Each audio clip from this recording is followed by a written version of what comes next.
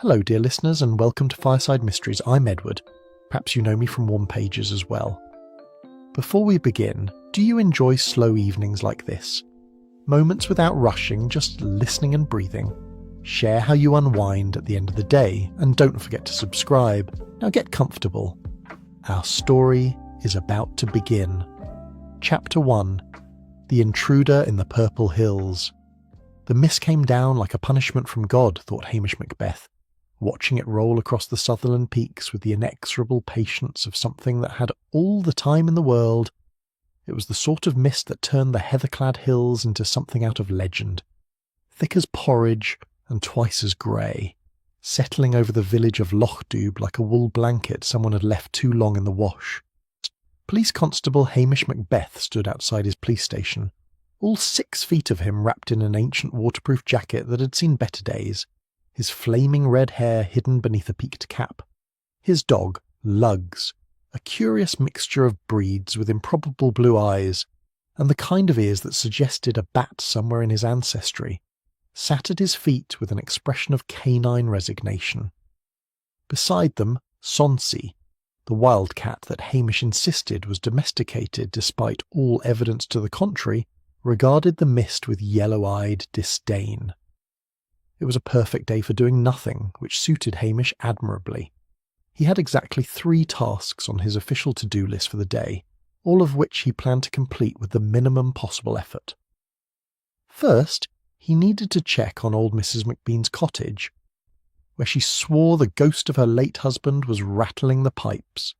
This, Hamish knew, would require nothing more than tightening a loose joint and accepting a cup of tea. Second, he should file his monthly report to Detective Chief Inspector Blair in Strathbane. This would wait until the very last possible moment, ideally when Blair was too drunk to read it properly. Third, and most importantly, he needed to tend to his small flock of sheep, which were currently making their feelings about the weather known with a chorus of irritated bleating. Hamish was halfway to the sheep pen, Lugs and Sonsi trailing behind him like a peculiar honour guard, when the peace of his morning was shattered by the sound of an expensive car engine growling up the single-track road into the village. The vehicle that emerged from the mist was a Range Rover so new and shiny it looked almost obscene against the weathered stone cottages of Loch-Dubh. It pulled up outside the Loch-Dubh Hotel with the sort of aggressive parking that suggested the driver had never learned to share space with others. The man who emerged was exactly the sort of person Hamish had learned to dread over his years as village constable. Tall, fleshy, with the kind of expensive casual clothes that screamed London money, he surveyed Loch-Dubh with the expression of a man who had just discovered something unpleasant on his shoe. By evening, the entire village had gathered at the pub to witness the spectacle that was Alistair Vane. Hamish sat in his usual corner, nursing a pint and trying to project an aura of complete disinterest while his ears picked up every word. Vane stood at the bar, holding forth in a voice that could probably be heard in the next county. "Rare earth minerals," he announced, as if addressing a shareholders' meeting rather than a collection of fishermen and crofters. "The future, gentlemen, and it's sitting right beneath your feet under these picturesque but economically useless moors." The silence that followed was the dangerous sort, the kind Hamish recognised from years of preventing Highland feuds. "You'll be digging up the heather then?" said Archie McLean, the local fisherman, in a voice that could have frozen whisky. "The heather, the grazing paths, whatever's in the way," Vane said, with a smile that suggested he rather enjoyed the prospect. "I've purchased a perfectly legal lease on the surrounding moorland. Modern enterprise, old chap." "You can't stand in the way of progress." "That's traditional grazing land," said Dr. Brodie, the village physician, his normally mild face flushing. "Families have worked those paths for generations." "Then perhaps they should have bought the mineral rights," Vane said, examining his fingernails with studied indifference. The temperature in the room dropped several degrees. Hamish saw several of the locals reach for their pints, with the sort of grip that suggested they were imagining them as something heavier. Before the situation could deteriorate into actual violence, a soft voice cut through the tension like warm butter. "Perhaps we could all use some tea." Mrs. Mary Sutherland appeared at Vane's elbow like a gentle apparition. She was a small, neat woman in her late 50s, Ian with silver-streaked dark hair pulled back in a bun, and the sort of face that naturally arranged itself into kind expressions. She ran the village's botanical heritage shop, a tiny establishment that sold locally sourced herbs, heather honey, and various tinctures that the tourists found charming. Tea? Vane looked at her as if she'd suggested arsenic. It's very good for the nerves, Mary said pleasantly. And perhaps some scones. I've just made a fresh batch. It's terribly cold in here, isn't it? We're not used to having visitors in the winter months. Her voice had the soothing quality of someone accustomed to dealing with fractious children. To Hamish's amazement, the villagers began to settle back into their seats, accepting the tea and his scones that Mary distributed with practised efficiency. Only Vane seemed unmoved by her ministrations, though he accepted a scone with poor grace. "I don't need soothing, madam," he said. "I need cooperation, or at the very least, I need people to stay out of my way." "Of course," Mary said softly. "I'm sure everything will work out for the best." She caught Hamish's eye across the room and offered him a particularly kind smile, holding up a basket. "I've saved some fresh ones for you, Constable. You look half frozen." Hamish accepted the basket with thanks, noting how Mary's intervention had diffused what could have been a nasty situation. She had that gift, he reflected, of making everything seem manageable, of pouring oil on troubled waters. As the evening wore on and Vane finally departed to his rented cottage, the pub erupted in furious speculation. Hamish listened with half an ear, already knowing that nothing good would come of a man like Alistair Vane descending on Loch Dubh. He walked home through the mist, lugs and sonsy at his heels, the basket of scones under his arm. The heather hills loomed invisible in the darkness, ancient and patient. Hamish had learned to trust his instincts about people over the years, and his instincts told him that Alistair Vane was the sort of man who made enemies the way other people made conversation.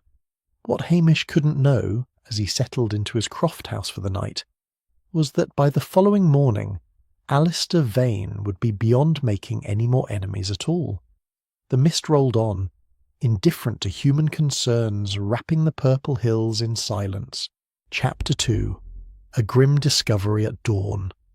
The shepherd who found the body was Dougal MacLeod, a taciturn man in his 70s who had been walking the moors at first light for longer than most people in Loch Dubh had been alive. He appeared at Hamish's door just after 6 in the morning, his weather-beaten face even more grim than usual. "There's a body up by the old cairn," he said without preamble. "Yon London fellow."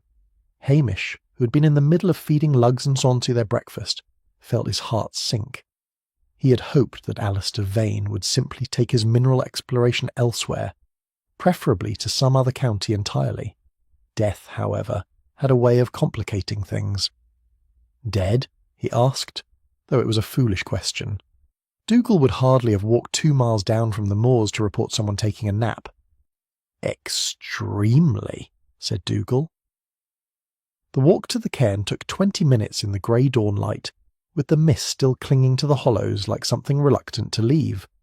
Hamish brought his official police kit, a torch, and a growing sense of doom. Lugs trotted alongside, while Sonsy had elected to remain behind, displaying the sort of wisdom Hamish wished he possessed. The body of Alistair Vane lay sprawled on the heather, about 10 feet from the ancient pile of stones that marked the cairn.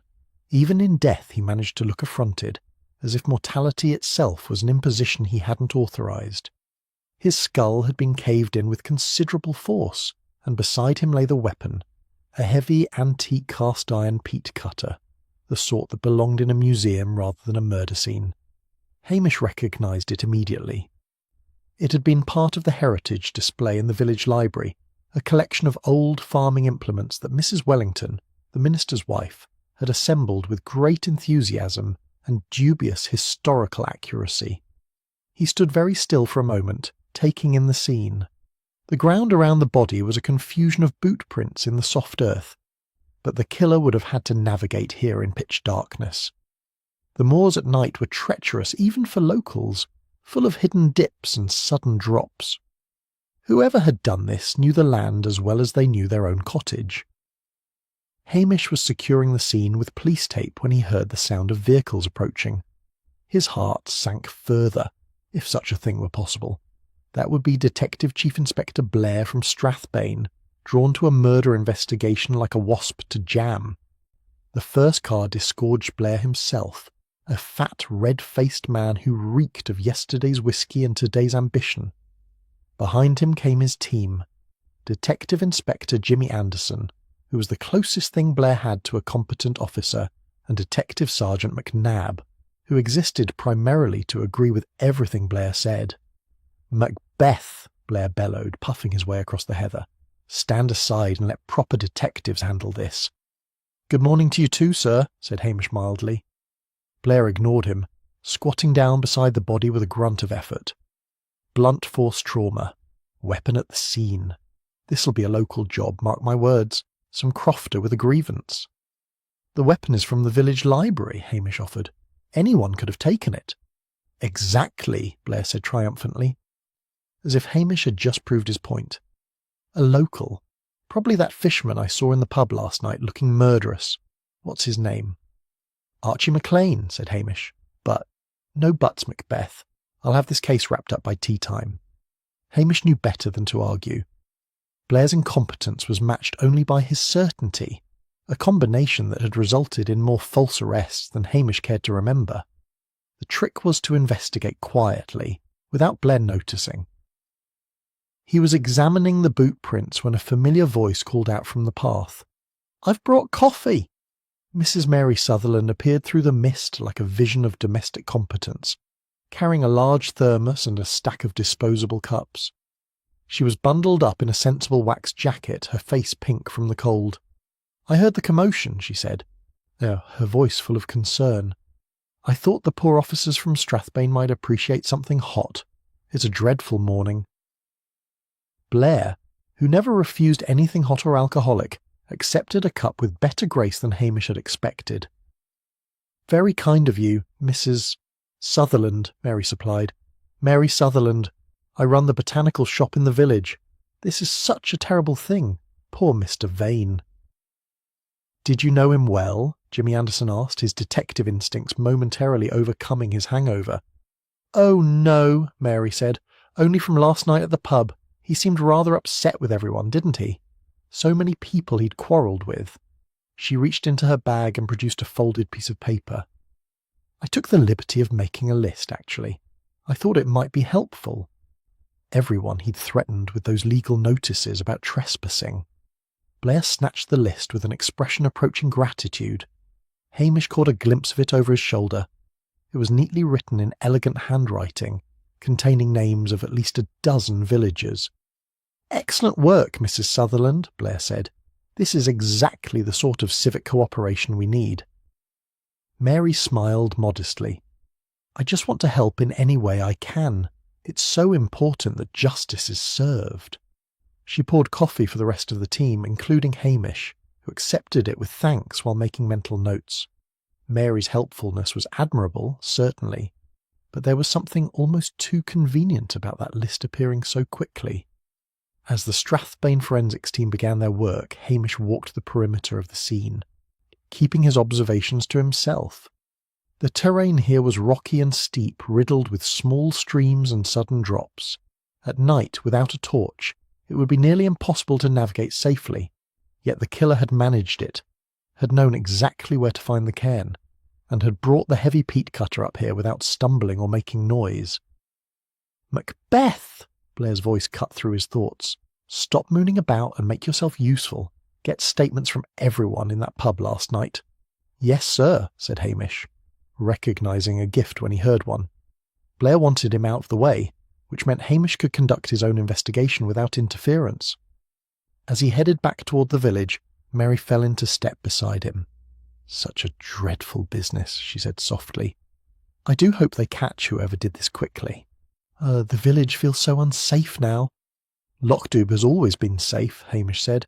"This is an aberration." "Of course." Mary smiled up at him. "You must be frozen, Constable. Would you like to stop by my shop later? I've got a fresh batch of shortbread, and I could make us some proper tea." "That's kind of you," Hamish said, non-committal. She patted his arm gently. "It's the least I can do. You work so hard to keep us all safe." Hamish watched her walk away toward her shop, her small figure disappearing into the morning mist. She was kindness itself, helpful to a fault, always appearing at just the right moment with tea or coffee or useful lists. It was, perhaps, that very perfection that made something in the back of his mind whisper a warning. He shook off the thought and headed to the police station. There were statements to collect, gossip to sift through, and a murderer to catch before Blair arrested the wrong person entirely. Lugs looked up at him from the doorstep with an expression that suggested the dog knew something important. Hamish scratched his odd ears and sighed. "Aye," he said, "it's going to be one of those cases." The mist showed no signs of lifting. Chapter 3. Sifting the Highland Gossip. Hamish knew that in a village the size of Lochdoub, gossip was currency, and the richest banks were the twin spinsters, Nessie and Jessie Curry. They lived in a cottage so aggressively clean that Hamish suspected they scrubbed the stones in the garden path, and they had a habit of repeating each other's sentences that had driven more than one visitor to distraction. He found them in their front parlour, surrounded by enough doilies and antimacassars to outfit a small hotel. They were identical in their tweed skirts and twin sets, their white hair pinned up in matching buns, and they regarded him with the bright-eyed interest of birds spotting a particularly interesting worm. "Constable Macbeth," said Nessie. "Constable Macbeth," echoed Jessie. "Ladies," Hamish said, so accepting the inevitable cup of tea and digestive biscuit. "I'm sure you've heard about Mr. Vane." "Terrible business," said Nessie, lowering her voice to a funeral whisper. "Terrible business," agreed Jessie. "I don't suppose either of you saw anything unusual yesterday?" The sisters exchanged glances, conducting one of their mysterious wordless conversations. Then Nessie leaned forward conspiratorially. "There was a young man," she said. "A young man," Jessie confirmed. "Down by the harbour." "Arguing with Mr. Vane they were." "Arguing something fierce." Hamish set down his teacup carefully. "What time would this have been?" "Late afternoon," said Nessie. "Around 4 o'clock." "4 o'clock," said Jessie. "We just finished our tea." "Can you describe this young man?" "Dark hair," said Nessie thoughtfully. "Dark hair." "Expensive coat," added Jessie. "City clothes," Nessie sniffed. "Not from around here?" "Definitely not from around here." Hamish made notes, though he suspected the sisters' description could fit half the male population of Scotland. Still, it was a lead, which was more than Blair would likely uncover through his preferred method of arresting the nearest convenient local. He was about to take his leave when Nessie added, almost as an afterthought, "Mrs. Sutherland was there too?" "Mrs. Sutherland was there too," echoed Jessie. Hamish paused. "At the harbour?" "Aye," said Nessie, carrying one of her plant baskets. "She has a wee spot down by the water where she collects seaweed for her tinctures." "Seaweed for her tinctures," agreed Jessie. "Very particular about the tides." "She is?" "Did she see the argument?" The sisters looked uncertain. "Can't say for certain," admitted Nessie. "Can't say for certain," said Jessie. "But she was close enough." Hamish thanked them and made his escape before they could offer him another biscuit. The sisters meant well, but their hospitality had a relentless quality that could trap the unwary for hours. His next stop was Angus MacDonald, who lived in a cottage that looked as if it might collapse at any moment, but never quite did. Angus claimed to be a seer, gifted with the second sight, though Hamish privately believed the old fraud's only gift was for extracting whisky and money from gullible tourists. Still, Angus had his uses. What he lacked in supernatural powers he made up for in an extensive network of contacts and an uncanny ability to know everyone's business. "Hamish, my boy!" Angus greeted him, his weathered face creasing into a smile. "I've been expecting you." "I'll bet you have," Hamish said dryly. "The whole village knows about Vane by now." "Aye, terrible thing. Though I did warn him, you know." "Warn him?" "Yesterday evening outside the hotel. I told him death walked the Purple Hills. He laughed at me." Angus shook his head sadly. "They always laugh." "And did your vision happen to include who was doing the walking?" Angus fixed him with a rheumy eye. "The spirits don't work that way, Hamish. They show me shadows and symbols. I saw heather stained red. I saw old debts coming due. Very helpful, Hamish muttered. What I need are facts, not poetry. Ah, well. Angus settled back in his chair. If it's facts you're wanting. I did hear something interesting from my cousin in Edinburgh. Seems Alistair Vane had a nephew up there. Callum Vane. Got himself in trouble with some nasty gambling debts. Now this was useful. How much trouble? Enough to make a man desperate. Word is, young Callum was hoping his uncle would help him out. Fat chance of that, though. Alistair Vane wouldn't give you the steam off his tea. Hamish made more notes. A desperate nephew with gambling debts was exactly the sort of complication this case didn't need, particularly if Blair got wind of it. Anything else? He asked. Angus stroked his beard thoughtfully. There's talk that Vane was poking around in old land records, making himself busy at the county office in Strathbane. Folk wondered what he was up to. Besides the mineral rights? That's the question. Oh, isn't it? Hamish left Angus's cottage with more information than he had arrived with, which was saying something. The mysterious young man at the harbour could well be the nephew. And if Vane had been researching land records, that suggested his interest in Lochdoub went beyond simple mineral exploitation. The pieces were beginning to assemble, though the picture they formed was still frustratingly unclear. His final call of the afternoon was to Jimmy Anderson, whom he found at the Strathbane police station looking like a man in need of salvation. Blair had evidently been on one of his tirades. The man's convinced it was Archie McLean, Jimmy said wearily, accepting the bottle of single malt Hamish had thoughtfully brought along. Never mind that we haven't got a shred of real evidence beyond boot prints that half the men in Sutherland probably own. I need to see the autopsy report, Hamish said. Jimmy poured them both a generous measure.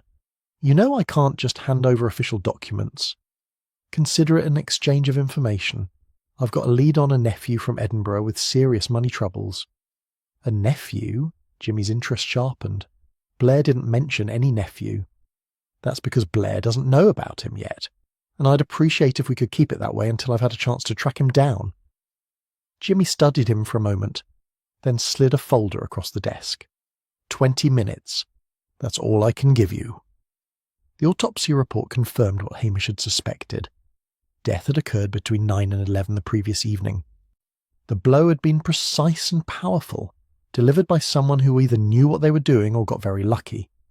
There were no defensive wounds, suggesting Vane had been taken by surprise. More interesting was the toxicology report. Vane had consumed a considerable amount of whisky in the hours before his death, enough to impair his judgment and slow his reactions. He was drunk, Hamish observed. Very, Jimmy agreed. Makes you wonder how he managed to get up to that cairn at all, unless someone led him there. Or lured him. Hamish closed the folder thoughtfully. What about forensics? Anything useful? Boot prints, like I said. Size 11 Wellingtons, common as dirt. Some fibres that might be from the killer's clothing, but they're still being analysed. And this. Jimmy produced an evidence bag containing what looked like a small scrap of fabric. It was silk, Hamish noted, a rich purple colour with a delicate pattern. Found it caught on a bit of heather near the body, Jimmy said. Might be from the killer, might be from a tourist who passed through last summer. Hard to say. Hamish examined the scrap carefully. It was good quality silk, the sort used for expensive scarves or ribbons. Not the sort of thing most Lochdoub residents would wear up on the moors. He left the station with more questions than answers, which seemed to be his lot in life. The case was developing complications at an alarming rate, and somewhere in the middle of it all, Blair was probably preparing to arrest an innocent man. The sun was setting as he walked back to his Land Rover, painting the sky in shades of amber and rose. Luggs waited patiently in the passenger seat, and Hamish scratched his ears absently. What we need, he told the dog, is a stroke of luck. Luggs yawned, unimpressed with the concept of luck. As it turned out, luck was about to arrive in the form of a badly forged threatening note and a pair of muddy Wellington boots. Chapter 4. The Blackmailer's Ledger. Hamish had learned over the years that breaking and entering was a skill best employed with discretion and a good excuse prepared in advance. Technically, entering Alistair Vane's rented cottage to conduct a search fell under the purview of the official investigation, but since Blair hadn't actually asked him to do it, the legality was questionable at best. He waited until well after dark, when the forensics team had packed up for the day and returned to Strathbane. The cottage sat on the edge of the village, a modernised crofter's dwelling that the owner let out to holidaymakers at extortionate rates. Vane had taken it for 3 months, which suggested his mineral survey was meant to be thorough. The key was where landlords always hid spare keys in the Highlands, under a rock by the back door. Hamish let himself in quietly, Lug staying on watch outside with the air of a dog who'd done this before. The cottage still smelled of Vane's expensive cologne, a cloying scent that competed unsuccessfully with the Highland dampness. Hamish moved through the rooms with his torch, careful not to disturb anything too obviously. Blair's team had already conducted a cursory search, which meant they'd looked in all the obvious places and found nothing. Hamish looked in the unobvious places. The sitting room yielded nothing but geological surveys and boring corporate correspondence.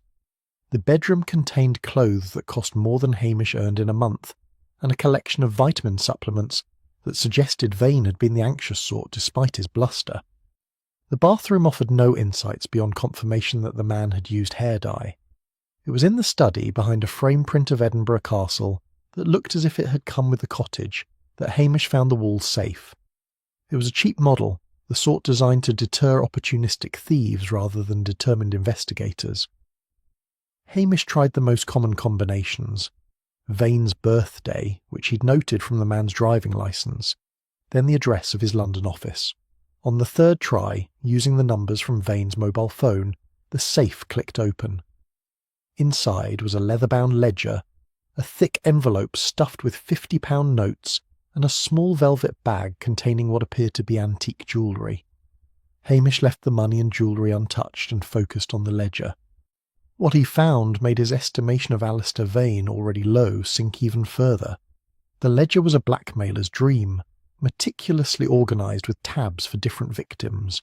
Each entry contained a name, a secret uncovered through Vane's research into land registry records, and a record of payments extracted. Vane hadn't been content with simply exploiting mineral rights. He'd used his access to historical property documents to dig up embarrassing truths about land disputes, unregistered transfers, and questionable inheritance claims.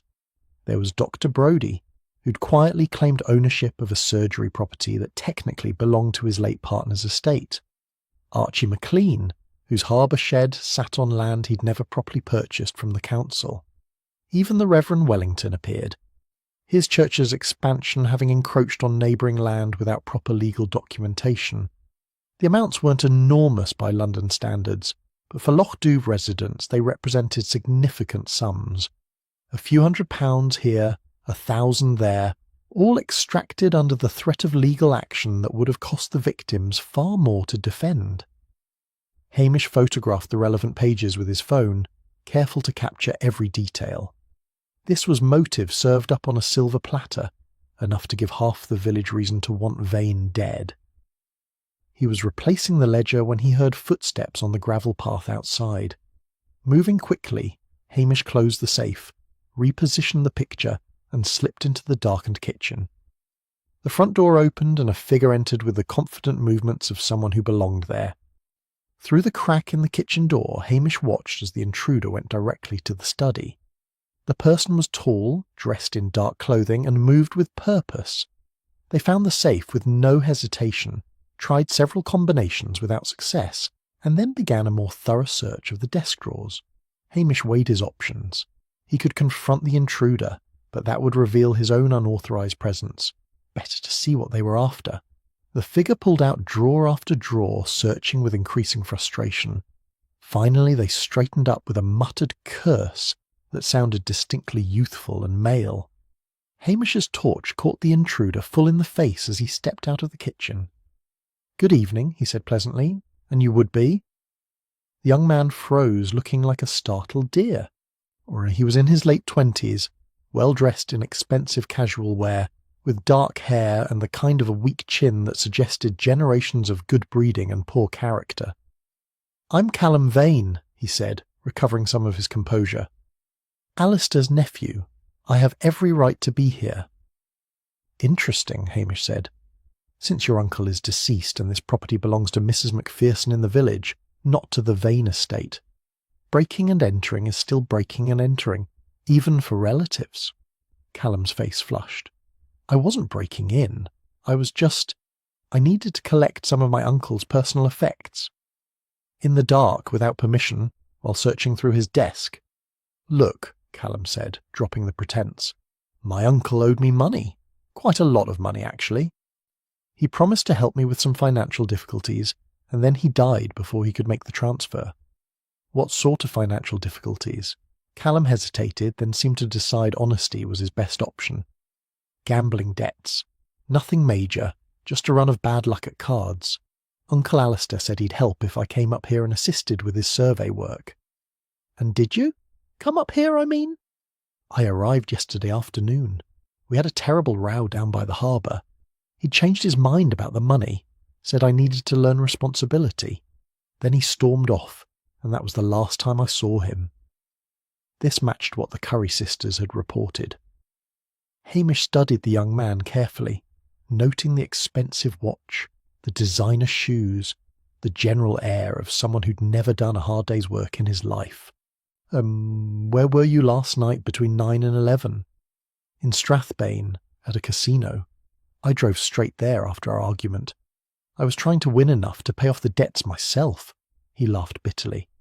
"Lost another 2,000 instead." "The casino will have records?" "Yes, and the traffic cameras will show my car on the road. I didn't kill my uncle, Constable. As much as I might have wanted to wring his neck, I didn't actually do it." Hamish believed him, mostly because Callum Vane seemed far too self-absorbed to plan anything as practical as murder. Still, he'd need to verify the alibi. "I'll be checking your story," he said. "In the meantime, I suggest you leave this cottage and book yourself into the hotel. And don't even think about leaving Lochdoub without telling me first." Callum fled with undignified haste, leaving Hamish alone in the darkened cottage once more. He waited until he heard the young man's car drive away before securing the property and letting himself out. Luggs greeted him with a reproachful look that suggested the dog felt he'd been kept waiting too long. I know," Hamish said, scratching the dog's peculiar ears, "but we've made progress." He walked back through the silent village, the ledger's contents weighing on his mind. Blair would seize on this evidence like a gift from heaven, using it to harass every person mentioned in those pages. The delicate social fabric of Lochdoub would be torn apart, secrets exposed, and innocent people humiliated, unless Hamish could find the real killer first. Back at the police station, he found an unexpected visitor waiting on his doorstep. Mary Sutherland stood there with a covered basket, looking apologetic. "I'm so sorry to call so late, Constable," she said. "But I was baking, and I thought you might appreciate some fresh gingerbread. You work such long hours." "That's very thoughtful," Hamish said, accepting the basket. The gingerbread smelled wonderful, and he realised he hadn't eaten since breakfast. "I also wanted to mention," Mary added, as if it had just occurred to her, "that I found something odd this afternoon. A note slipped under my shop door. It's probably nothing, but I thought you should see it." She produced a crumpled piece of paper from her pocket. The message was brief and threatening. "Keep your mouth shut about what you saw, or you'll be next." The handwriting was crude, block capitals that could have been anyone's attempt at disguise. "When did you find this?" Hamish asked sharply. "Around 4 o'clock. I'd been out collecting specimens by the shore." "And what did you see that someone might want you to keep quiet about?" Mary looked distressed. "That's just it. I can't think of anything. Unless... Well, I did see Mr. Vane arguing with that young man yesterday afternoon. But surely that can't be what this is about." Hamish examined the note carefully. Something about it bothered him, though he couldn't immediately identify what. "I'll look into this," he said. "In the meantime, perhaps you should be extra careful. Lock your doors, don't go out alone after dark." "Oh dear," Mary said, pressing a hand to her chest. "You're frightening me, Constable. Just being cautious." After she left, Hamish sat at his desk and studied the note more carefully. The paper was ordinary, available at any shop. The handwriting revealed nothing useful, but something nagged at him, a whisper of suspicion he couldn't quite grasp. He filed it away for later consideration and turned his attention to the gingerbread, which was excellent. Outside, the wind picked up, rattling the windows and carrying the scent of heather from the hills. Chapter 5. Expanding the suspect pool. The following morning brought rain, the sort of persistent Highland drizzle that worked its way through every seam and gap in one's clothing. Hamish stood at his kitchen window, watching the water stream down the glass while Sonsi groomed herself with the fastidious attention of a cat who refused to acknowledge the existence of weather. He'd spent half the night reviewing his notes, and the other half wondering why Mary Sutherland's threatening note had struck him as wrong. Now, with coffee and toast inside him and a clearer head, he thought he might know. The note was too convenient, too perfectly timed, and the handwriting, while disguised, had been written by someone with an educated hand. The spacing was too even, the letters too carefully formed, or someone pretending to write crudely but unable to quite shake their natural habits. Before he could pursue this line of thought, his telephone rang. It was Jimmy Anderson, and he sounded harassed. "Blair's on the warpath," Jimmy said without preamble. "He's matched those boot prints to Archie McLean's Wellingtons. We're coming to arrest him this morning." "On the basis of boot prints alone? You know Blair. He wants a quick collar, and Archie's the easiest target. The man did have that row with Vane in the pub. Half the village had rows with Vane in the pub. Aye, but Archie's boots were found with fresh mud on them, and he won't say where he was that night." Hamish swore quietly. "Give me 2 hours, I'll get you his alibi." "Hamish. 2 hours, Jimmy. Blair's about to arrest an innocent man." He rang off before Jimmy could refuse and headed out into the rain, lugs trailing behind with the stoic acceptance of a dog who knew better than to expect comfort. Archie McLean lived in a small cottage near the harbour with his wife, a formidable woman named Agnes who possessed the sort of personality that could strip paint at 20 paces. Hamish found Archie in his shed, mending nets and looking thoroughly miserable. "You need to tell me where you were the night Vane died," Hamish said without preamble. Archie's weathered face went pale. "Can he do that?" "Blair's about to arrest you for murder. Your boots match prints at the crime scene." "Half the fishermen in Sutherland have boots like mine." "That may be, but you're the one who had the public quarrel with Vane. You're the one who won't account for your whereabouts. Unless you want to spend the next 6 months in Strathbane jail while this gets sorted, you'd better start talking." Archie set down the net he'd been working on. Rain drummed on the shed's tin roof, providing a kind of mournful accompaniment to his silence. "I was hiding," he finally admitted, "in the pub cellar all night." "Hiding from what?" "From Agnes." Archie's voice was barely audible. "She'd been on at me all day about fixing the kitchen door and painting the sitting room and replacing the tiles in the bathroom. I just needed some peace and quiet, so I slipped down to the cellar with a bottle and stayed there until morning." It was the sort of petty domestic detail that couldn't be invented. Hamish felt a wave of sympathy for the henpecked fisherman. "Can anyone confirm this? The publican knew I was there, and his wife. They felt sorry for me, let me have the run of the place." Hamish made a note to verify this with the publican. "And the boots?" "I wore them down to the harbour the next morning, checking my lobster pots. The ground was muddy from the rain, that's all."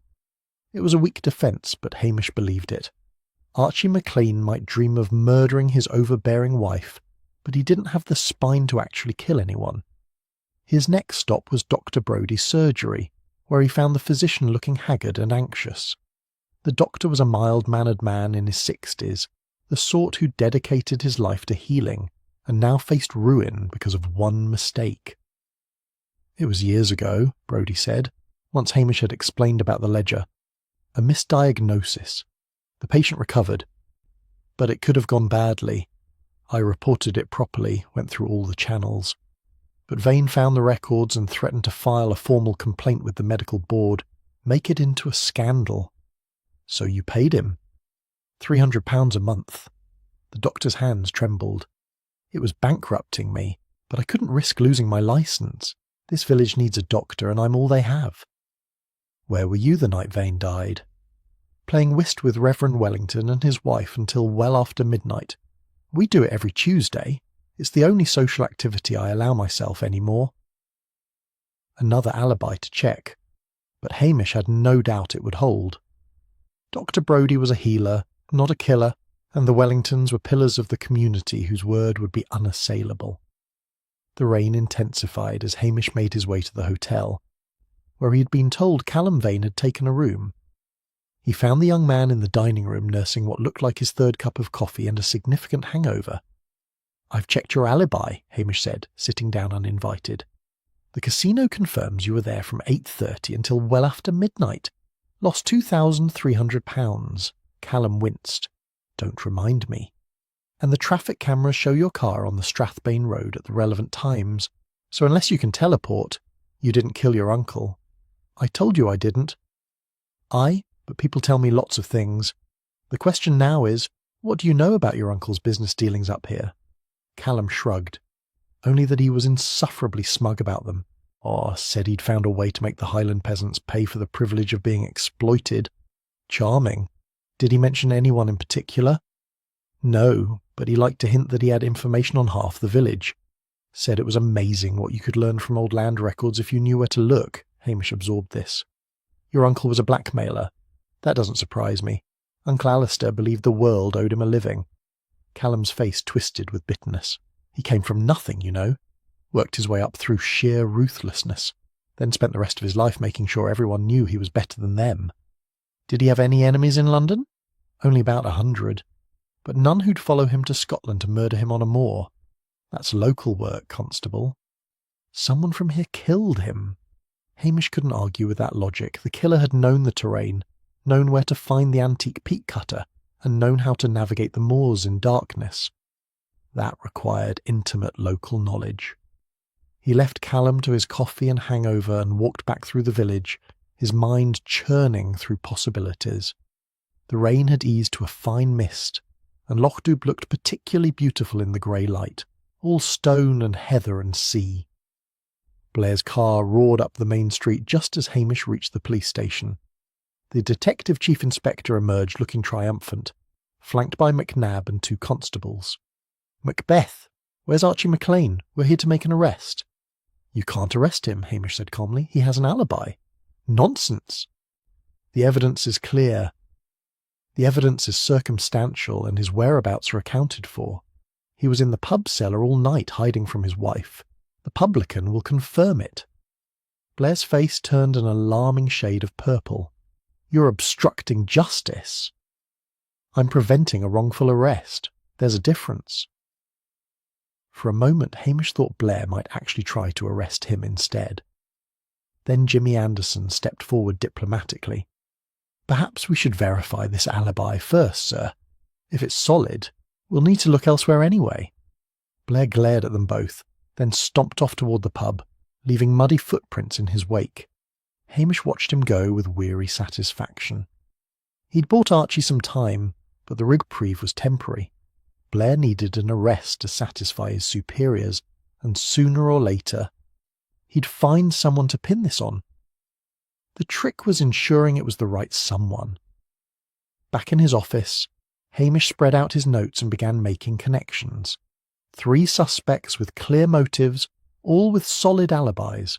A blackmail ledger that implicated half the village. A threatening note that felt wrong. And somewhere in the middle of it all, Mrs. Mary Sutherland. Helpful and kind and always appearing at exactly the right moment, with exactly the right information.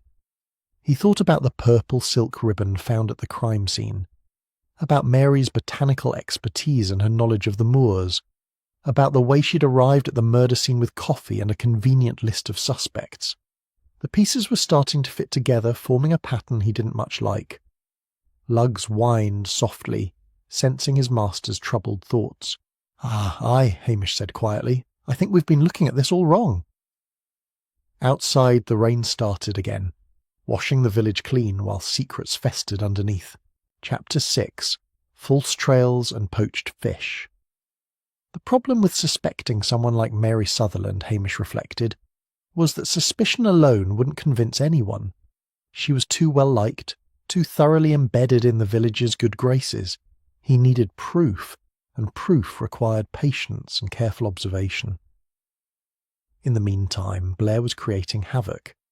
The detective chief inspector had set up what he called a mobile incident room in the village hall, which primarily consisted of Blair himself holding court while terrorising innocent residents.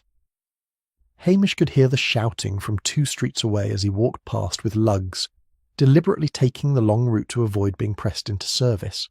He was taking advantage of Blair's distraction to conduct his own inquiries when he quite literally stumbled upon Dr. Brodie sneaking across the moors in the darkness.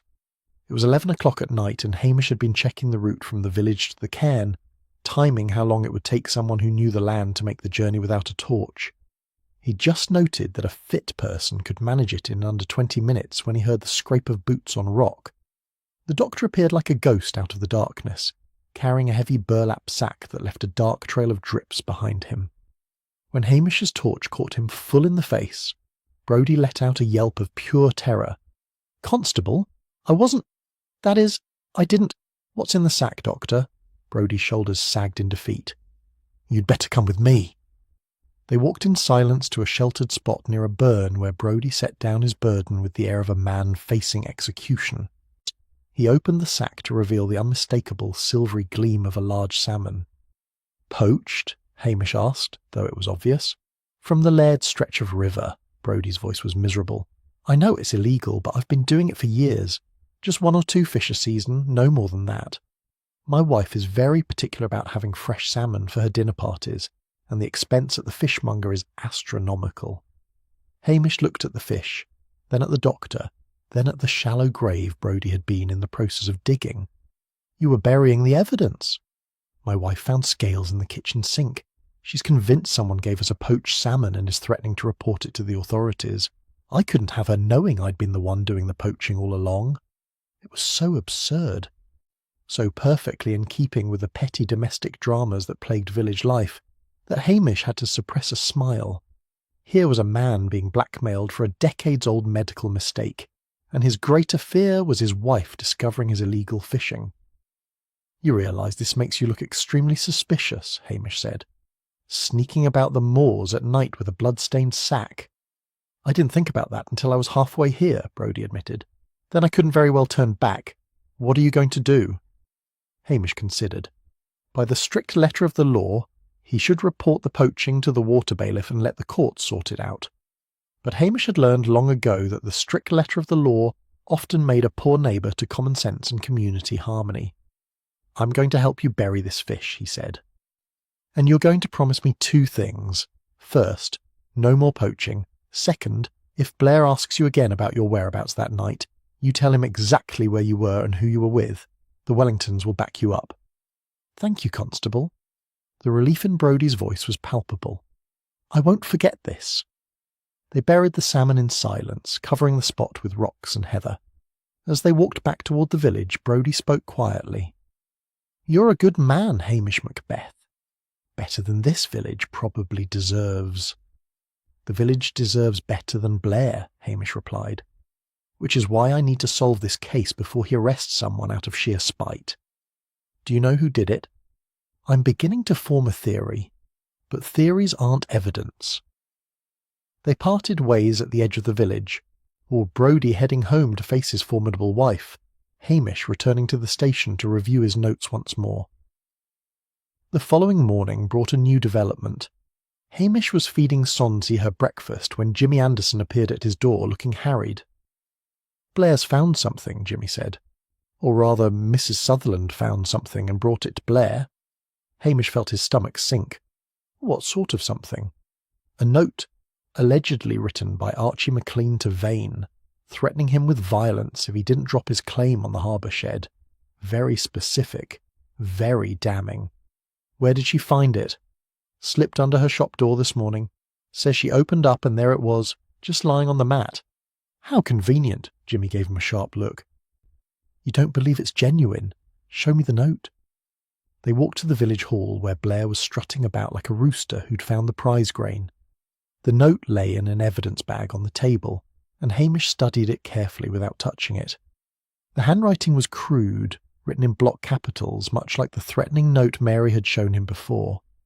But there was something about the formation of the letters, a slight hesitation in the strokes that suggested someone unused to writing in such a manner. This is too perfect, Hamish said. Someone writes Archie a threatening note, and instead of going to the police immediately, they slip it under Mrs. Sutherland's door. Why not post it to Blair directly? Perhaps they were afraid, Blair sneered. Unlike you, Macbeth. Some people have a healthy respect for evidence. I'm bringing Archie McLean in for questioning. On the basis of an anonymous note that conveniently appeared after you failed to arrest him the first time. On the basis of multiple pieces of evidence pointing to his guilt. Blair's face was red with triumph and breakfast whiskey. The boots, the motive, the opportunity, and now a written threat. That's enough for any jury. Hamish knew arguing was pointless. Once Blair had fixed on a suspect, facts became mere inconveniences to be bulldozed past. He watched as the detective chief inspector dispatched his constables to fetch Archie, then turned to Jimmy. That note is forged, he said quietly. Look at the way the A in Archie is formed. It's written by someone who naturally uses a more educated hand. They're trying to mimic rough writing, but can't quite manage it. Jimmy examined the note more carefully. You might be right, but without proof. I know, which is why I need to find proof. Hamish left the village hall and walked directly to Mary Sutherland's botanical shop. The bell above the door chimed as he entered, and the familiar scent of dried herbs and heather honey enveloped him. Mary emerged from the back room, her face lighting up with her customary smile. Constable Macbeth, how lovely to see you. I was just making tea. Would you care for a cup? Thank you, no. I wanted to ask you about the note you found this morning. Oh, that dreadful thing, she shuddered delicately. I couldn't believe it when I saw it. Poor Mr.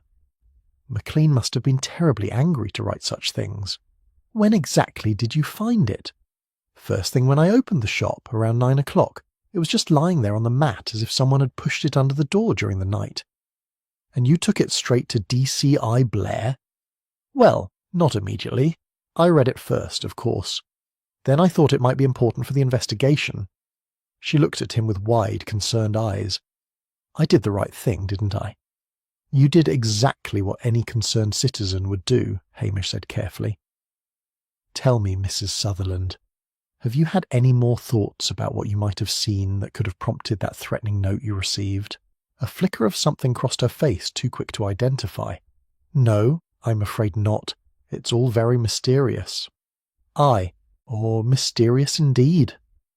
Hamish made his excuses and left, his mind working furiously. 2 notes, both conveniently found by Mary, both appearing at moments that seemed designed to direct suspicion toward a specific people. The timing was too perfect, the discoveries too fortunate. He needed to examine her shop more carefully, but that would require a warrant or probable cause, neither of which he had. What he did have was growing certainty that Mrs. Mary Sutherland was not what she appeared to be. Back at the station, he found a message from Jimmy. Archie McLean had been taken to Strathbane for formal questioning. His wife Agnes had followed, loudly proclaiming her husband's innocence while simultaneously berating him for causing such trouble. Hamish sat at his desk and pulled out the photograph he'd taken of the purple silk ribbon found at the crime scene. He'd seen similar ribbon somewhere recently, he was certain of it. Then it came to him. Mary's botanical specimens. She tied them with silk ribbons, colour-coded for different species, purple for heather varieties. It was circumstantial, certainly. But added to everything else, it formed a pattern that was becoming harder to ignore. The question was, what was Mary Sutherland's connection to Alistair Vane? And why would a sweet, helpful widow want him dead badly enough to frame an innocent fisherman? Hamish intended to find out. Chapter 7. Ironclad Alibis. The art of conducting a thorough investigation while appearing to do nothing at all was one Hamish had perfected over the years. It required a certain talent for looking lazy while actually being quite busy, a skill that had served him well in avoiding both promotion and Blair's attention. He spent the next 2 days methodically verifying every alibi, every timeline, every seemingly insignificant detail. The work was tedious, and often involved sitting in uncomfortable locations for long periods, but it was necessary. Blair's case against Archie McLean was built on circumstantial evidence and forged notes, and Hamish needed ironclad proof to dismantle it. The publican confirmed Archie's story without hesitation. Aye, he was in the cellar all night. Poor man looked like a hunted fox when he crept down there around 8:30. His wife had been at him all day about household repairs. And he didn't leave at any point. Not until 6 the next morning. I brought him down a sandwich and a dram around 10. He was still there, sleeping it off when my wife checked at midnight. The timing made it impossible for Archie to have killed Vane. The murder had occurred between 9 and 11, and the walk to the cairn took at least 20 minutes each way. Archie couldn't have made the journey and returned without being seen. Hamish's next stop was the manse, where Mrs. Wellington confirmed that Dr. Brodie had indeed spent Tuesday evening playing whist. Until well past midnight, she said firmly. The doctor is an excellent whist player, unlike my husband, who still hasn't learned that one must follow suit. They didn't leave until 12:30, and even then only because I insisted. You're certain of the time? Absolutely. The hall clock struck midnight during the last rubber, and we played another 2 hands after that. Again, the timeline eliminated Brodie completely. He couldn't have been in 2 places at once, and Mrs. Wellington was not the sort of woman whose testimony could be questioned. Callum Vane's alibi proved equally solid. Jimmy Anderson had obtained the casino's security footage and the traffic camera records. Young Callum had arrived at the casino at 8:27 and hadn't left until after 1 in the morning, losing steadily throughout the evening. The boy's a terrible gambler, Jimmy reported, kept doubling down on losing hands. The casino manager said he's welcome back any time. Hamish reviewed the footage himself, noting Callum's presence at the card tables during the critical hours. Unless the young man had mastered the art of bilocation, he was definitively innocent. Which left Hamish with a puzzle. 3 suspects with clear motives and opportunity, all with alibis that couldn't be broken. Either there was a 4th person involved, someone he hadn't yet considered, or the killer had been clever enough to hide in plain sight while pointing suspicion elsewhere. He thought again of Mary Sutherland and her too perfect helpfulness. That afternoon, Hamish paid a visit to the County Land Registry office in Strathbane. It was a dusty, bureaucratic place staffed by people who treated public records as personal property to be guarded jealously. Fortunately, Hamish had learned that a box of good shortbread could open doors that official requests could not. The clerk who helped him was a sour-faced woman named Miss McTavish, who thawed slightly when presented with the shortbread. Alistair Vane was here quite often, she confirmed, consulting her records. Very interested in historical land transfers around Lochdoub. Spent days going through the old deed books. Which properties specifically? Miss McTavish produced a list. Most were ordinary crofts and farmsteads, but one entry caught Hamish's attention, the moorland where Vane had been planning his mineral survey. The land had changed hands multiple times over the past 40 years, each transfer marked with dense legal annotations. This property, Hamish said, pointing. What can you tell me about its history? Complicated ownership. Miss McTavish adjusted her spectacles. Originally belonged to the Sutherland family. They lost it in the 80s due to bankruptcy. The creditor was a London development firm. What was the name of the firm? Vane Holdings Limited. Hamish felt something click into place. And the family who lost the land? Let me see. She consulted another ledger. Alexander and Margaret Sutherland of Lochdoub. They had 1 daughter, I believe. The bankruptcy proceedings were particularly nasty. The husband committed suicide shortly after. Do you have the daughter's name? Mary Sutherland. There it was, the connection he'd been searching for. Hamish thanked Miss McTavish profusely and left the office with his mind racing. Yeah, Mary's family had been destroyed by Vane's father, and now the son had returned to exploit the very land that had once belonged to her family. But there was more to uncover. He needed to know what else Vane had discovered in these records, what secrets lay buried in the old deed books. He returned to Miss McTavish's desk. The documents Vane was examining. Can I see them? She led him to a back room where the historical records were kept. The deed books were massive, leather-bound volumes that smelled of age and neglect. Hamish spent 3 hours going through them, following the trail Vane had left. What he found was damning. According to the records, Alexander Sutherland had hidden certain family assets before the bankruptcy could seize them. Valuable antique silverware and jewellery, buried somewhere on the moorland property. It was technically theft, hiding assets from creditors, though Hamish suspected the desperate father had been trying to preserve something for his daughter's future. Vane had found this information. He'd known about the hidden cash, and he'd been threatening to expose Mary's father as a thief, destroying what remained of the family's reputation. Hamish photographed the relevant pages and returned to Lochdubh as evening fell. The pieces were assembling rapidly now, forming a picture both tragic and damning. Back at the station, he found a note from Jimmy. Archie McLean had been released from custody due to lack of evidence, though Blair was furious about it. The forged note had been examined by a handwriting expert who confirmed it wasn't written by Archie. Hamish allowed himself a moment of satisfaction. At least one innocent man had been spared Blair's incompetent persecution. Now he needed to prove who the guilty party actually was. He walked to Mary's shop just as she was closing for the day. She smiled when she saw him. That same warm, genuine expression that had fooled everyone in the village. "Constable?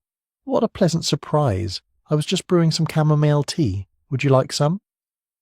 "I've been doing some research," Hamish said, stepping inside, "into the history of the moorland where Vane was killed." Something flickered in her eyes, quickly suppressed. "Oh? How interesting. It used to belong to your family, didn't it? Before Vane's father bankrupted them." The smile didn't waver, but it took on a brittle quality. "That was a long time ago, Constable. Ancient history. Not so ancient that Alistair Vane didn't find records of it. Records of what your father did to protect your inheritance." "I don't know what you mean." "I think you do, Mrs. Sutherland. I think Vane found those records and threatened to expose your father as a thief, and I think that's why he died." For a long moment they stood in silence. Outside the wind picked up, rattling the shop's windows. Finally Mary set down her teacup with deliberate care. "Proof, Constable Macbeth," she said softly. "You have theories, but do you have proof?" "Not yet," Hamish admitted, "but I will." "I've lived in this village for 30 years, Mary said. "I've helped my neighbours, been kind to strangers, built a life from the ashes of my family's ruin. Do you really think anyone will believe I'm capable of murder? I think you're capable of almost anything when it comes to protecting your family's honour." She smiled then, and it was nothing like her usual gentle expression. "Then you'd better find your proof, hadn't you? Because without it I'm just a helpful widow who's been nothing but cooperative with the investigation." Hamish left the shop with the uncomfortable certainty that Mary was right. He knew she'd killed Vane, knew why she'd done it, but knowing and proving were two very different things. He walked back through the darkening village, lugs at his heels, and considered his next move. Mary was clever, far more clever than he'd initially given her credit for. She'd orchestrated the murder, the false leads, the forged notes, all while maintaining her facade of helpful innocence. But everyone made mistakes. The purple silk ribbon was one. The too perfect timing of the notes was another. Somewhere there would be a third mistake, and when he found it, Hamish would have his proof. The question was whether he'd find it before Blair arrested another innocent person, or before Mary realised how close he was to exposing her. Chapter 8. The Botanist's Flaw. Sleep eluded Hamish that night. He lay in bed with Sonsi purring on his chest and Lug snoring at his feet, staring at the ceiling while his mind worked through the evidence like a terrier worrying a bone. Mary had been clever, extraordinarily clever. She'd inserted herself into the investigation from the very beginning, always helpful, always appearing with sustenance and sympathy at exactly the right moment. She'd provided Blair with suspects, steered attention away from herself, and created false trails with manufactured evidence. But somewhere in all that careful planning, she'd made a mistake. She had to have done. No one was that perfect. At 3 a.m, inspiration struck. Hamish sat bolt upright, disturbing Sonsi, who expressed her displeasure with a hiss and a swipe of claws that fortunately missed. He fumbled for his notebook in the darkness and reviewed the timeline Mary had given to Blair on that first morning at the crime scene. She'd claimed to have seen Vane alive at 8:30 the previous evening, collecting soil samples near the old standing stones. She'd been very specific about the location and the time, painting a picture of a man obsessed with his work, alone on the moors as darkness fell. But there was a problem with that picture, one so obvious Hamish cursed himself for missing it. The soil samples. Vane had been researching mineral rights, not conducting botanical surveys. Why would he be collecting soil samples from a location that had already been thoroughly surveyed by geological professionals? Hamish got up and made himself tea, ignoring the hour. He pulled out his file on the case and found the inventory from Vane's cottage. No soil samples, no collection equipment, nothing that suggested the man had ever personally gathered geological specimens, because he hadn't. He'd hired consultants to do the technical work while he focused on the business side, buying leases, exploiting locals, and extracting blackmail payments. Mary had invented that detail to establish a timeline that placed Vane alive and alone on the moors, but she'd invented something that didn't fit with who Vane actually was. It was a small flaw, easily overlooked, but it was a flaw nonetheless. Hamish dressed quickly and waited for dawn. At first light he drove to the standing stones Mary had mentioned in her statement. The location was about a mile from the cairn where Vane had died, in a different direction from the village entirely. He searched the area methodically, looking for any evidence that someone had been collecting samples there. The ground was soft from recent rain, showing the tracks of sheep and rabbits, but no human boot prints, no disturbed soil, no signs of recent activity. Mary had lied about seeing Vane here, which meant she'd lied about when she'd last seen him alive. His next stop was the village library, where the antique peat cutter had been displayed.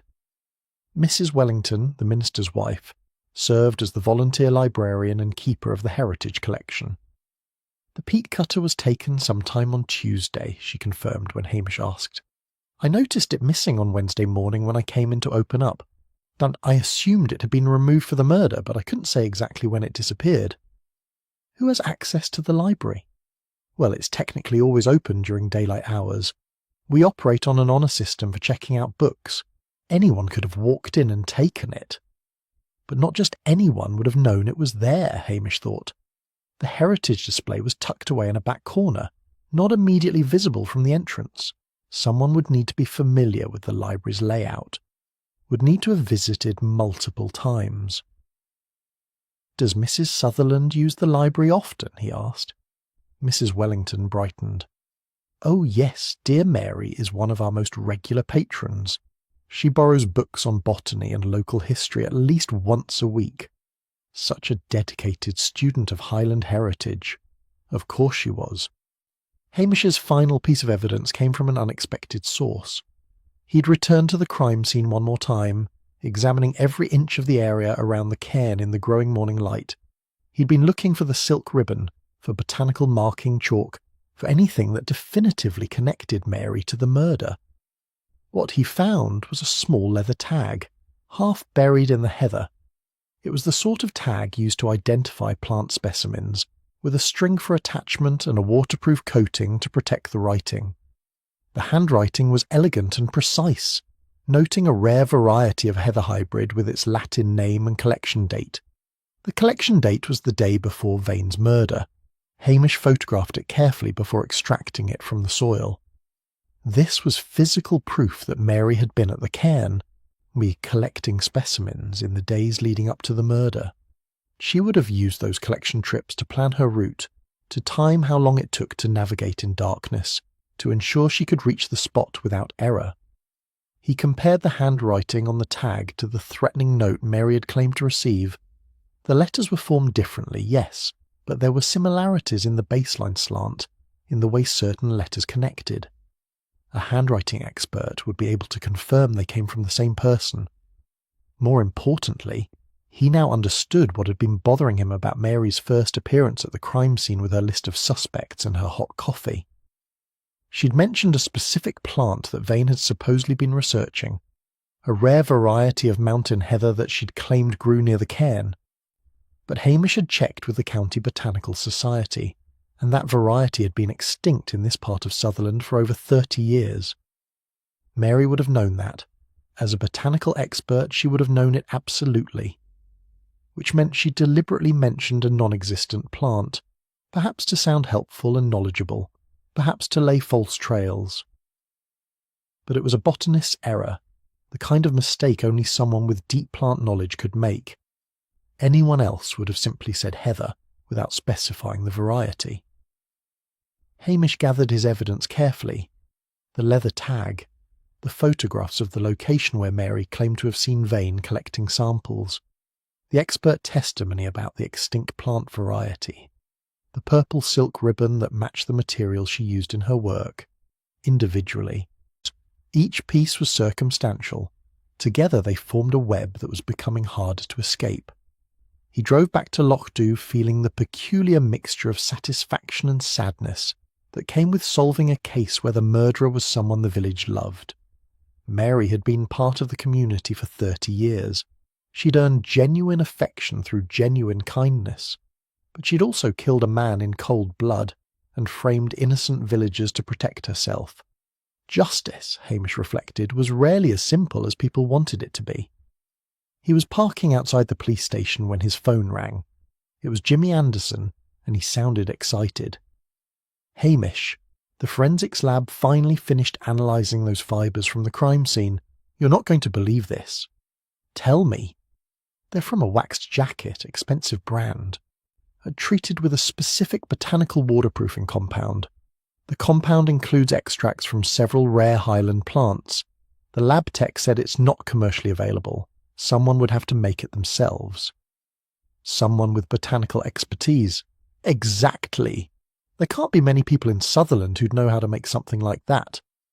Hamish thought of Mary's tinctures and extracts, her jars of plant-based preparations lined up in her shop. "There's at least one," he said quietly. He rang off and sat in the Land Rover watching the village go about its morning routine. Fishermen headed to the harbour. Mrs. Wellington opened the library. The Curry sisters emerged for their morning constitutional, moving in perfect synchronisation. And in her botanical shop, Mary Sutherland was probably brewing tea and arranging her display of heather honey, secure in the belief that her helpful facade would protect her forever. But the facade was cracking, and Hamish had found the fissures. Now came the difficult part, proving it in a way that would stand up in court and satisfy even Blair's superiors. He climbed out of the Land Rover and headed into the station, lugs following faithfully behind. There was work to be done. Chapter 9. Sins of the Past. The final pieces of Mary Sutherland's history came from an unexpected source, the archives of the Edinburgh Evening News. Hamish spent the morning at the Strathbane Library, scrolling through digitised newspaper records from the mid-1980s. What he found painted a picture of tragedy that was both heartbreaking and illuminating. The headline from October 1984 read, "Highland Family Ruined in Property Scandal." The article detailed how Alexander Sutherland, a respected crofter and small landowner, had been bankrupted by Vane Holdings Limited after a disputed land claim. The senior Alistair Vane, the current victim's father, had used legal technicalities and aggressive litigation to seize the Sutherland moorland, claiming mineral rights that superseded the family's ownership. case had dragged through the courts for 2 years, bleeding the Sutherlands of what little money they had. In the end, they'd lost everything: the land, their home, their savings. 3 months after the final judgment, Alexander Sutherland had walked into those same moors and hanged himself from a rowan tree. A follow-up article mentioned his widow Margaret dying of a heart attack the following year, leaving their daughter Mary, then in her late 20s, alone and penniless. But there was more. Hamish found a brief mention in the court records that the judge had noted irregularities in the plaintiff's documentation and concerns about the provenance of certain claimed mineral surveys. The implication was clear: the senior Vane had won through fraud. No wonder Mary had harboured such hatred. Her entire family had been destroyed by the Vanes' greed and corruption. Hamish printed the articles and drove back to Lochdoub with a heavy heart. Understanding Mary's motive didn't excuse murder, but it certainly explained it. When young Alistair Vane had appeared in the village, intent on exploiting the very land his father had stolen, it must have felt like history repeating itself with mocking cruelty. His next stop was the county records office, where Miss McTavish had discovered something new. "I kept looking after you left yesterday," she said, clearly caught up in the drama of it all, "and I found this." She produced a faded document, carefully preserved in a protective sleeve. It was a deed amendment from 1983 filed just before the bankruptcy proceedings began. Alexander Sutherland had declared the existence of a small family collection, antique silverware and jewellery, and had noted their location as secured on the northern boundary of Plot 47B for safekeeping pending resolution of ownership dispute. Plot 47. B was the exact location of the cairn where Vane had died. "This is what Alistair Vane was looking for," Hamish said. "It appears so. He requested this specific document 3 weeks ago. I remember because he was quite excited about it." Hamish could imagine the scene. Vane had discovered not only the land connection to Mary, but also the fact that her father had technically committed fraud by hiding assets from creditors. It was blackmail material of the highest order, the perfect weapon to wield against someone who had spent 30 years rebuilding her reputation. He thanked Miss McTavish and returned to his Land Rover, where Lugs waited with the patience of a dog who'd learned that investigation work involved a lot of sitting around. "We're nearly there," Hamish told him. "Just a few more pieces to fit together." Those pieces came from an interview with old Mrs. McBean, who had lived in Lochdoub longer than anyone could remember, and whose memory for gossip was encyclopedic. "Oh, I remember when young Mary came back to the village," she said, pouring Hamish tea in her cluttered sitting room. "Must have been 1985 or 86. She was a broken thing, poor lass. Her mother had just died, and she had nothing but the clothes on her back." "How did she manage?" "The village helped her, of course. We Highlanders look after our own. The Reverend at the time found her a position helping in the church, and gradually she built up her wee botanical business. She never spoke about what had happened to her family, but we all knew. The shame of it, the suicide, the bankruptcy, it marked her." "Did she ever mention the Vanes?" "Not that I heard, but I saw her face once when someone mentioned London developers. Pure hatred it was, though she covered it quick enough." Mrs. McBean leaned forward conspiratorially. "I always wondered if she stayed here because of the land, like she couldn't bear to leave the place her family lost." It all made terrible sense. Mary had spent 3 decades in Lochdoub, building a new life in the shadow of her family's ruin, waiting and watching over the land that should have been her inheritance. And then Alistair Vane had arrived, that arrogant and entitled, planning to extract wealth from the very ground that held her father's hidden treasures. More than that, Vane had discovered the secret of those hidden assets and was threatening to expose Alexander Sutherland as a thief, destroying the only thing Mary had left, her father's memory and the respect the village showed for her family's tragedy. Hamish could almost feel sympathy for her. Almost. But murder was murder, regardless of the provocation. He drove to the cairn one final time, standing in the exact spot where Vane had died. The wind whispered through the heather, carrying the scent of rain and peat. This lonely place had witnessed 2 generations of suffering. First, the despair that had driven Alexander Sutherland to suicide, and now the vengeance that had claimed his persecutor's son. Hamish could reconstruct the murder now with certainty. Mary had taken the peat cutter from the library, knowing its weight and historical significance would make a statement. She'd lured Vane here with the promise of showing him where her father had hidden the family treasures, perhaps offering to share them in exchange for his silence. Vane, greedy and overconfident, had come alone. He'd probably been drinking, given the toxicology report, which would have made him easier to surprise. Mary had known these moors since childhood, could navigate them blindfolded. She'd struck him down with righteous fury, avenging her father and protecting her family's honour. Then she'd begun the careful process of misdirection, appearing at the crime scene with helpful coffee and convenient lists, steering Blair toward innocent villagers, while creating false evidence to muddy the waters. It was brilliant and ruthless in equal measure. Hamish photographed the cairn from multiple angles, documenting the northern boundary marker that corresponded to the deed description. If Mary's father had hidden anything here, it was likely still buried beneath the stones, waiting for someone who would never come to claim it. Back at the station, he compiled his evidence into a comprehensive file. The botanical errors, the specimen tags, the fibre analysis, the historical documents, the timeline inconsistencies. Together they formed a case that even Blair couldn't ignore. But there was one more thing Hamish needed: a confession. He'd learned over the years that confronting a murderer required careful planning. Some collapsed immediately when faced with evidence. Others became dangerous. Now Mary, he suspected, would do neither. She'd maintained her composure for 30 years, had planned and executed a murder with surgical precision. She wouldn't break easily, but she might confess if she believed she'd won. Hamish picked up the telephone and called Jimmy Anderson. "I need you to do something for me," he said, "and Blair mustn't know about it until after it's done." "That sounds ominous." "It's necessary. I'm going to catch our killer tonight, but I need insurance in case it goes wrong." "You're worrying me, Hamish." "Good.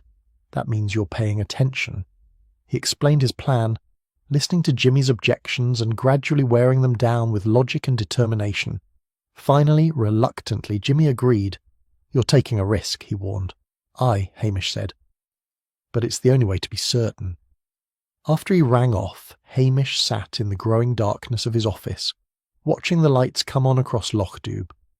Somewhere in one of those cosy cottages, Mary Sutherland was probably preparing her evening meal, secure in the belief that her secret was safe. Tomorrow, Hamish would prove otherwise. He fed Lugs and Sonsie their dinner, then settled in to wait for morning and the final confrontation that would bring this sorry case to its conclusion. Outside, the wind picked up, and the first drops of rain began to fall. Chapter 10. The Lazy Constable's Justice. Hamish chose the following afternoon for the confrontation, when the shop would be quiet and the village occupied with its daily routines.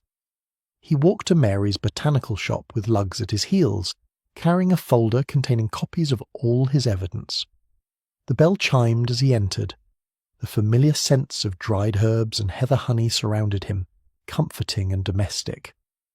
Mary emerged from the back room, her expression brightening when she saw him.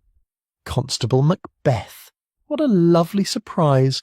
I've just made a fresh pot of tea." "That's kind of you, Mrs. Sutherland, but this isn't a social call."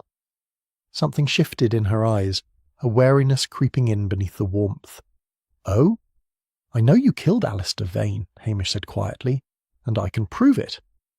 For a long moment, and neither of them moved.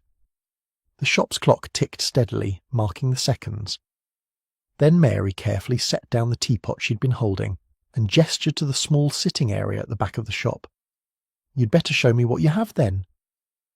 They sat in the chairs where Mary usually consulted with customers about their ailments and herbal remedies. Hamish spread out his evidence methodically. The photographs of the specimen tag, the forensic analysis of the fibre, the newspaper articles about her family's ruin, the deed documents showing the hidden treasures. Mary examined each piece with the same careful attention she gave to her botanical specimens. When she finished, She looked up at Hamish with an expression that was neither afraid nor defiant, but rather tired. "Very thorough," she said. "I underestimated you, Constable. Everyone in the village talks about how lazy you are, how you avoid proper police work. I thought you'd let Blair bumble about until he arrested poor Archie or the doctor, and that would be the end of it." "That was your mistake," Hamish said. "I am lazy, but I'm lazy in pursuit of keeping my life peaceful and my village safe. Letting an innocent man hang for murder would have disturbed both. So it was self-interest, not justice, that caught me." There was no bitterness in her voice, just a kind of wry acknowledgement. A bit of both, perhaps. Mary stood and walked to the window, looking out at the street where villagers went about their afternoon business. "You want a confession, I suppose? Something to make the case absolutely certain." "It would help." "But I have enough evidence without it." "I know you do." She was silent for a moment, then turned back to face him. "Do you know what it's like, Constable, to watch your father die by inches?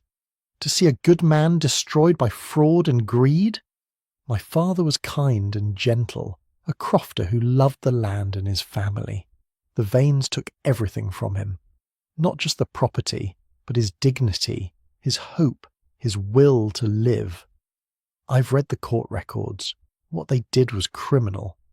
"But legal," Mary said bitterly. "That's the clever part, isn't it? They destroyed my family within the bounds of the law. My mother died of a broken heart. I was left with nothing but their memory and my hatred." "So you stayed in Lochdu, waiting?" "I stayed because this is my home, because I couldn't bear to let them have it completely. And yes, I waited. I didn't know if I was waiting for justice or revenge or simply for time to dull the pain. Then Alistair Vane appeared, and I knew." She returned to her chair, folding her hands in her lap with perfect composure. He was just like his father, arrogant, greedy, utterly convinced of his right to take whatever he wanted. And when he discovered the truth about my father's hidden treasures, he thought he could blackmail me. "So you killed him?" "I lured him to the cairn with a promise of showing him where my father had buried the family silver. He came readily enough, thinking he'd get both the blackmail money and the treasures. I struck him down with that antique peat cutter. It seemed appropriate, using a symbol of Highland heritage to defend what little honour my family had left. The confession was delivered calmly, almost clinically. Mary showed no remorse, no regret. To her, the murder had been an act of justice 30 years in the making. "And the false evidence?" Hamish asked. "The forged note, the misleading timeline? Necessary misdirection. I knew Blair would fixate on the obvious suspects. I simply gave him what he expected to find." She smiled slightly. "Though I should have been more careful about the botanical details. That extinct heather variety was a foolish slip." "Among others?" "Yes, among others." She studied him curiously. "What happens now, Constable? You march me off to Strathbane in handcuffs? Let Blair take credit for solving his big case?" Hamish had been thinking about this moment since he'd first assembled the evidence. What he said next would determine not just Mary's fate, but the delicate balance of justice and pragmatism that he'd spent years maintaining in Lochdu. "I have all this evidence carefully documented," he said slowly, "including a recording of our conversation today." He gestured to the small recording device on the table between them. Mary looked at it without surprise. "Of course you do. You're thorough when you choose to be.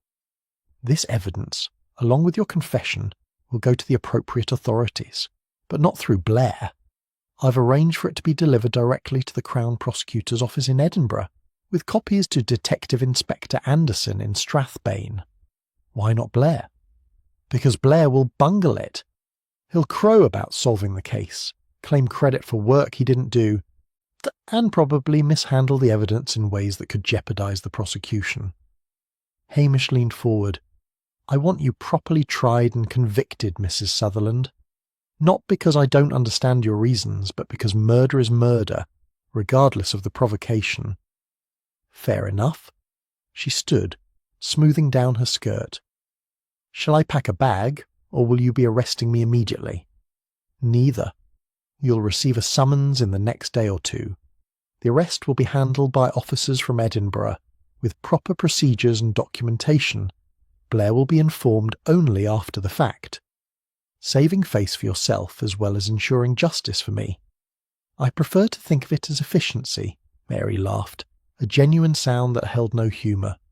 You're an interesting man, Hamish Macbeth. Too clever for your own good, but too lazy to want the promotions your cleverness should earn you. I like my life the way it is. And this, she gestured to the evidence folder, this ensures you keep it. Blair gets none of the credit, so you avoid promotion. An innocent man goes free, and I get what I probably deserve. Something like that. She walked him to the door, every inch the gracious shopkeeper seeing off a customer.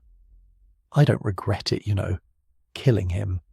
Alistair Vane was a monster who would have destroyed more lives if he had lived. I did the Highlands a service. That's for a jury to decide. Yes, I suppose it is. She opened the door, the bell chiming cheerfully. Goodbye, Constable Macbeth. Thank you for being thorough. Hamish left the shop and walked back through the village in the afternoon sunlight. 2 days later, as promised, officers from the Edinburgh Serious Crimes Unit arrived to arrest Mary Sutherland.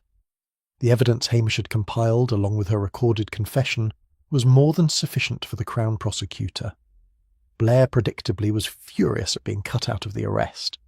He stormed into Lochdoub demanding to know why he hadn't been informed, only to be told by his own superiors that his handling of the case had been problematic and that the matter had been taken over by more competent authorities. The village watched in shock as gentle, helpful Mary was led away. But Hamish noticed that several of the older residents, those who remembered the Sutherland family's tragedy, looked more sad than surprised. A week later, Hamish received official notification that he was being commended for his diligent, if unorthodox, investigative work, but that his irregular procedures and failure to keep proper chains of command informed meant he would not be considered for promotion at this time. He read the letter twice, then filed it carefully away with a satisfied smile. That evening he sat outside his croft house, with a dram of whisky, watching the sun set over the purple hills. Lugs lay at his feet, and Sonsie was somewhere in the heather, hunting. The village of Lochdoub spread below him, peaceful and unchanging. Justice had been served in its peculiar Highland way. An innocent man had been spared. A murderer would face trial. And Hamish Macbeth, lazy constable, remained exactly where he wanted to be. He raised his glass to the darkening hills, to the heather and the mist and the ancient secrets they held. "Slant," he said quietly. The wind whispered back, carrying the scent of home